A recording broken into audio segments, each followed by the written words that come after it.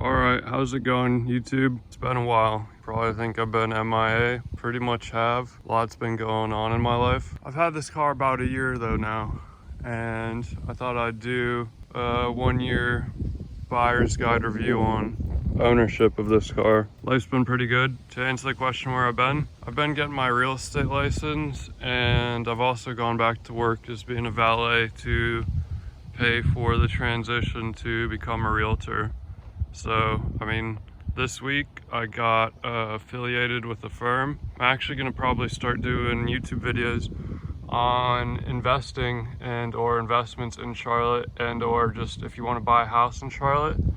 I'm 100% the man to go to. Talk about Charlotte real quick. Charlotte's housing has gone up 9% last year. What? It's fixing to go up 19% this year. What the fuck? So, I mean, if you want to become rich, Bitcoin and doggy coin, yeah, that's cool and all. I mean, real estate's like buying Bitcoin and then Bitcoin goes and gets a job at McDonald's for you while it's going up in value. So, I mean, not only does real estate go up in value, but you can rent out real estate and make monthly passive income on it. So, I mean, now's the time to buy in. It's only going up. No way it's going down at this point. There's so many people moving to Charlotte that you just can't lose right now. Back to the car and what's at hand. I mean, this car's been pretty great. I don't have many major problems with it. I think I went over in the video when I first got the car. I ended up doing like a valve cover gasket, and I mean, that was basically the end of problems with this car. Car has 96 almost, or it either has 96 or almost 97,000 miles on it. So in a year I've put on at least 4,000 miles. I mean, I haven't really done much else to it. Tires are still the old dry rotted Michelins. The rims are still messed up. I was gonna do a whole YouTube series on making this car perfect, but because having to like pay to become a realtor and things like that, I just decided against it. I may still do it in the future. I probably will still do it in the future. I'm gonna just get these rims redone, like refurbished. I like these rims, and I'm gonna get new tires. I'm also going to myself buff the car with an actual buffer and ceramic coat it. Now, I did go around the car. In other videos you could really have like I mean, even from far away you could tell that there was a front plate on the car. I bought some touch-up paint and just like basically filled in like rock chips and things like that on the front. Yes, there's still a couple rock chips, but I mean, you like standing this far away you could easily tell that it had a plate on the front in its past life, and now at least it's harder to distinguish. The hood also, yeah, as you can see, it's not entirely faded, but there's like so many scratches on it, and I'm not sure who keeps scratching my car, but you know, whatever, life goes on. I went to Lexus and got that touch-up paint, and that touch-up paint's a pretty good deal. You can just like fill in any kind of imperfection. There's a whole discussion on Club Lexus if this car is a single stage paint with no clear. Yeah, this car is, and I think most Lexuses are.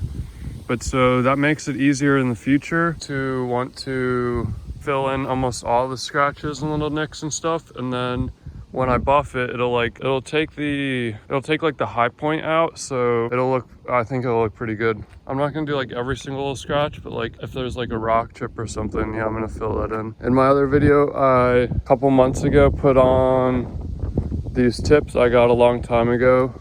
They're the same tips as my last car. Problem is, my last car, it had a true dual exhaust with like an X pipe. It wasn't stock actually. It was an aftermarket exhaust, but it had no branding on it. But from what I can understand, yeah, the exhaust wasn't like entirely original. But so the problem with this car is it's still got the Y pipe, so it goes down to single exhaust. So in my other video, I did say it has no drone, but so the problem is there is drone at certain RPMs. So when you're accelerating, like mild acceleration, it is pretty drony. But so that, let's say from like 1600 to 1800 RPM, it's pretty drony. If you go, the funny thing though is if you go over 2000 RPM, it sounds a lot cleaner and it has almost no drone. But so also once you get up to speed, like let's say 45, 50 miles an hour, Car has, I mean, you can't even hear the exhaust. It's pretty cool. But I'm honestly thinking about going back to the stock exhaust. But so the stock exhaust, it had like some holes on top or something. So, I mean, I needed to change the mufflers anyway. So, all right, so we're gonna take a pause here. In the video live, I didn't go over how much everything costs, but I was gonna do it afterwards. Car didn't cost that much to own for a full year. We'll just go over real quick what I actually spent. PCV valve at, let's just say $17 because it was 16 something. We have another receipt here for $630. This was, this job was mainly exhaust leak. That cost a whole bunch. They just charged me a lot for an exhaust leak. That's not something that's gonna have to happen continuously when you own the car. It's just like a one-time thing. Like the car went its whole life without fixing the exhaust leak. I fixed it. It'll go my whole life without fixing the exhaust leak again. Last receipt was $542. That was the first time I took the car into the shop. This was mainly the valve cover gasket. I guess just diagnostic. There was a oil leak. Yeah, that was the valve cover gasket. That was the main problem on that. So in total, I have my calculator right here. Comes to $1188 in total for repairs for the year. That's not something that you're gonna have to do continuously. You're not gonna have to fix the exhaust every year. You're not gonna have to fix the valve cover gasket every year. This $1188 is gonna be basically the whole ownership of your car. You're not gonna have to fix this stuff again. But so if you're wondering, let's talk about gas for a second. I started with, let's say 91,000 miles on the car. Right now, after a year, I have 96,000 miles on the car. Let's say gas was $2.50 a gallon because it has shot up right now, but for the whole ownership of the car, like when I first got the car, gas was like, I was paying under $2 a gallon because I just had fuel point rewards and I had 3% off on gas on my credit card. So let's just say this is even high. The gas is $2.50. So 4,000 miles. 4,000 divided by, I got, let's just say 22 miles per gallon. That'd be 181 gallons I've put in the car. 181 gallons at $2.50 a gallon. $454 in gas for the year. 451 plus 1188 or 454. 454 plus 1188 equals 1642. Now you may be thinking to yourself that's a lot, but if you buy almost any used car, you're probably gonna have a problem with it. It's probably gonna need something. Basically, if you can afford any car, you can afford this car. If you can afford to drive, you can afford this car. It's pretty remarkable, but let's get back to the rest of the video. So I mean, car is dirty right now. I drive it almost every day. 100% every week. It gets probably at least 100 miles on it every week. Everything, I mean, still works. Car is such a nice car still. 17 years old basically, and you can't expect it to be perfect, but for the most part, like, I mean, it is sort of perfect. I don't want to jinx it. I mean, all the windows still work. Problem is the stereo still has a problem. You could hear it didn't do like the click sound when you press agree right then. I mean, the stereo can work 100% of the time for like a month straight, but then it'll just get it in its head that it doesn't want to work anymore, and then it cannot work for like a week, or it will work like on and off, not good for like a week, but then go back to working good. So I mean, I can't figure it out myself. Again, like in the earlier videos, I didn't show this, but I took it to a shop, and I'm just gonna drop the shop's name. Freeman's Car Audio in Charlotte. That place straight up just wants to rip you off. Like, I don't know what it is. They see the car or something, they're like, man, this kid, like, I'm just gonna like roll him for what he's got. I don't understand it. I think I said in my other video, he wanted like $1,200 just to take the amp out and send it out and like refurbish it. And in reality, I can buy a whole new refurbished one for like sub $400 or something. So the whole idea that I want to pay this idiot like $800 or something to look at my trunk, like, man, count me out of that. But so, I mean, most of the day I think the car sounds good. My commute to work is like 30 minutes, so it's 30 minutes both way.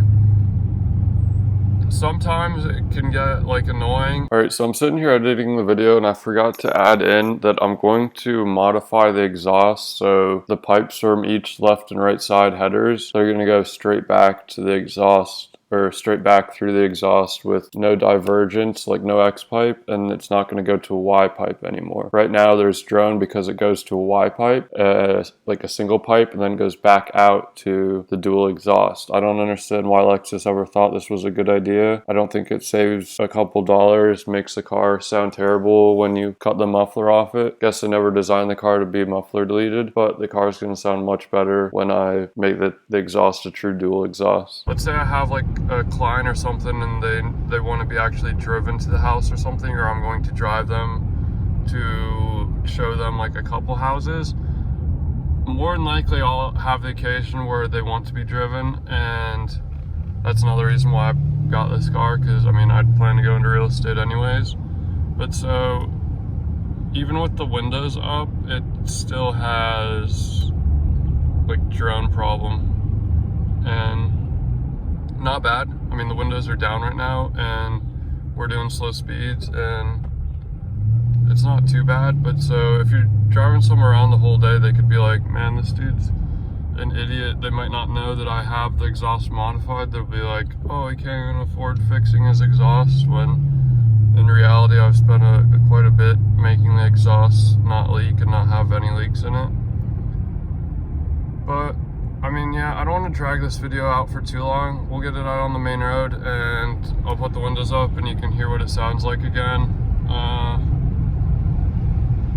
If you're looking to get one of these,